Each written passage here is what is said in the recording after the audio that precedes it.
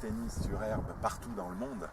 Et comme le coût au départ sera bien moins important que l'herbe naturelle, ils sont très très intéressés et suivent ça de très près. Et Wimbledon investit beaucoup d'argent justement avec cette idée de trouver des solutions pour que justement ils puissent rabaisser le coût de ces terrains en herbe pour que ça puisse se développer davantage. Ok. Nous allons bientôt organiser notre premier tournoi homologué où on aura du coup des joueurs qui vont tester pour la première fois le jeu sur gazon naturel. Quels conseils vous pourriez donner justement à ces joueurs novices sur gazon? They're going to have their first official tournament this year, and about the game on grass, what's your best advices that you could give to the players? My best advice is mentally, and the players should not be scared, because I think still some players, when they think about grass court tennis, they're frightened. But now the condition of the court is so good, it's much easier to move and it's easier to play because the ball bounces higher. So I think they should not be scared and really enjoy the experience, because for me, there's nothing better than good grass court. Il dit que le meilleur conseil qu'il puisse donner aux joueurs qui découvrent l'herbe, c'est de ne pas avoir peur du jeu sur herbe. Déjà parce que le jeu sur herbe aujourd'hui n'est pas comme avant, basé sur le service et la volée. Aujourd'hui, on peut jouer sur herbe vraiment comme sur les autres surfaces. On se déplace de la même façon, on ne glisse pas, les conditions sont au moins aussi bonnes.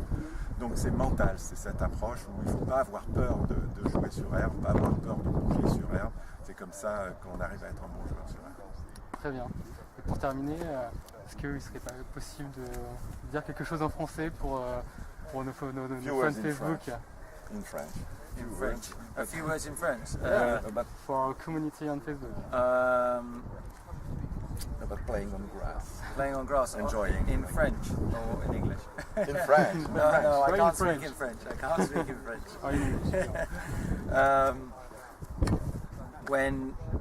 When we talk about tennis, we talk about lawn tennis, and this is the history, this is the tradition of the game around the world. So for me, this is the best. Il dit que c'est l'histoire du tennis. Le tennis a démarré sur herbe, c'est toute l'histoire. Et pour lui, tout particulièrement, qui vraiment adore le tennis sur herbe, il dit que c'est le meilleur tennis à pratiquer. Bonne chance. Alors, est-ce que je peux reposer quelques questions pour un sports writer for a regional newspaper? Je voulais savoir, Monsieur Henman, ce que vous pensez de la qualité des installations à Deauville, la qualité des terrains ici. What do you think about the quality of the grass here? We have the head groundsman of Wimbledon here, Yes. and I have to give Wimbledon 9.5 out of 10. So I give this 9 out of 10. It's fantastic. Alors, il dit qu'on a avec nous le jardinier en chef de Wimbledon, ça fait presque 25 ans qu'il travaille à Wimbledon. Et il lui donne pour Wimbledon un 9,5 et ici il mettrait 9. D'accord. Là, Tim, vous avez joué beaucoup à Wimbledon. Vous avez fait 4 fois demi-finaliste, je crois. 4 times in semi-final in Wimbledon. Seulement 4. Ouais. Only 4, yes. Pourquoi est-ce que les joueurs n'aiment pas trop finalement jouer sur herbe? Il y a assez peu de joueurs qui aiment jouer sur herbe. C'est dû à quoi? He said, in fact, which are the reasons why there are a number of players who don't enjoy playing on grass? I think it's very different now. I think 20 years ago there were many players that didn't enjoy playing on grass because you had to serve and volley, you had to get to the net, you couldn't stay on the baseline. Whereas now, because the construction, the grass is different, the ball bounces higher, you can play from the baseline. You see Murray, you see Djokovic, you see Nadal being so successful at Wimbledon. There's many ways to play, so that's better for everybody. Il dit que cette idée remonte à il y a une vingtaine d'années, quand les terrains sur herbe étaient très différents d'aujourd'hui. Ça remonte à Il expliquait tout à l'heure que c'était en 2001 qu'il y a eu ce changement-là de conditions de jeu. Il dit aujourd'hui, on pratique tous les types de tennis, toutes les sortes de tennis. Et c'est pour ça qu'on voit des joueurs comme Murray, comme Nadal, qui jouent pas comme on jouait avant, où le tennis était vraiment quand on était bon sur herbe, on jouait service volé. Et donc les joueurs qui n'avaient pas un bon jeu d'attaque, un bon jeu de service volé, effectivement n'aimaient pas l'herbe. Mais aujourd'hui c'est très différent et la plupart des joueurs aujourd'hui n'ont aucun problème et aiment jouer sur herbe. Alors, est-ce qu'il y a un risque de la disparition des tournois sur herbe, puisque, bon, ici en France, il y en a très très peu, c'est l'un des seuls, et puis en Angleterre, on nous dit qu'il y a un problème de qualité aussi de cours de tennis. Est-ce qu'il n'y a pas un risque d'une disparition de tournois sur herbe?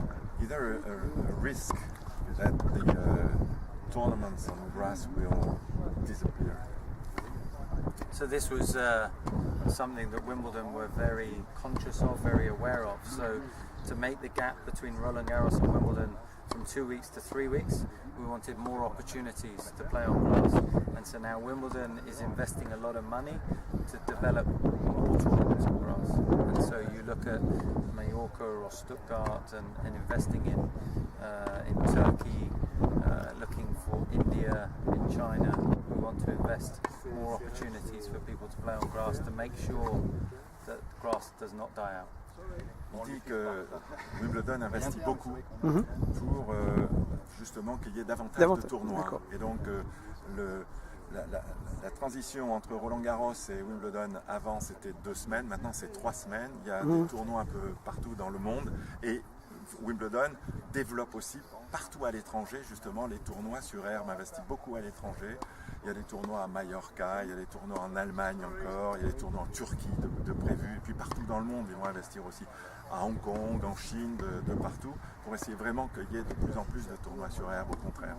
D'accord, et quel est le souci? Pourquoi on développe trop peu malgré tout, même si vous me dites qu'il y a des développements? C'est un fait de le coût en fait, des installations qui est en cause souvent? The main reason why it was difficult for grass court, to develop. I think because the construction, the maintenance of grass is expensive, and the amount of time in Northern Europe when you can play on grass is very small. So when we look at the hybrid that has more durability, you can play on longer. I think this is a great opportunity to give greater opportunity. Donc il explique que le jeu sur herbe, d'abord ça coûte très cher de construire des terrains en herbe naturelle. C'est pour ça qu'ils sont très intéressés par justement ces terrains hybrides qui permettent de jouer plus longtemps dans la saison sur herbe.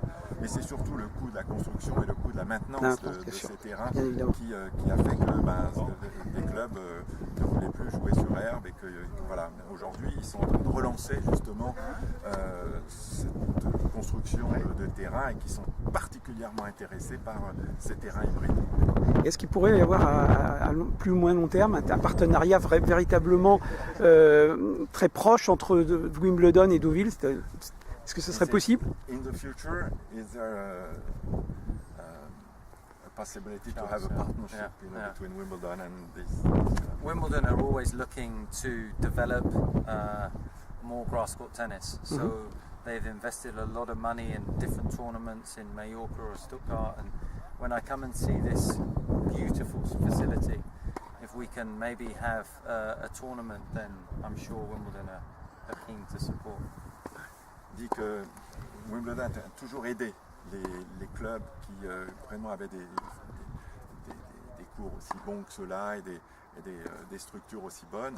Et vraiment, l'idée de supporter un club comme celui-ci, bien sûr, ils pensent que ça va intéresser Wimbledon, et spécialement dans le cadre de tournois, aider ces tournois à progresser, à devenir des grands tournois, et Wimbledon sera toujours derrière ce type de soutien pour un club justement qu'il trouve magnifique. D'accord. Eh bien, merci Monsieur Timmerman. Thank you, Master.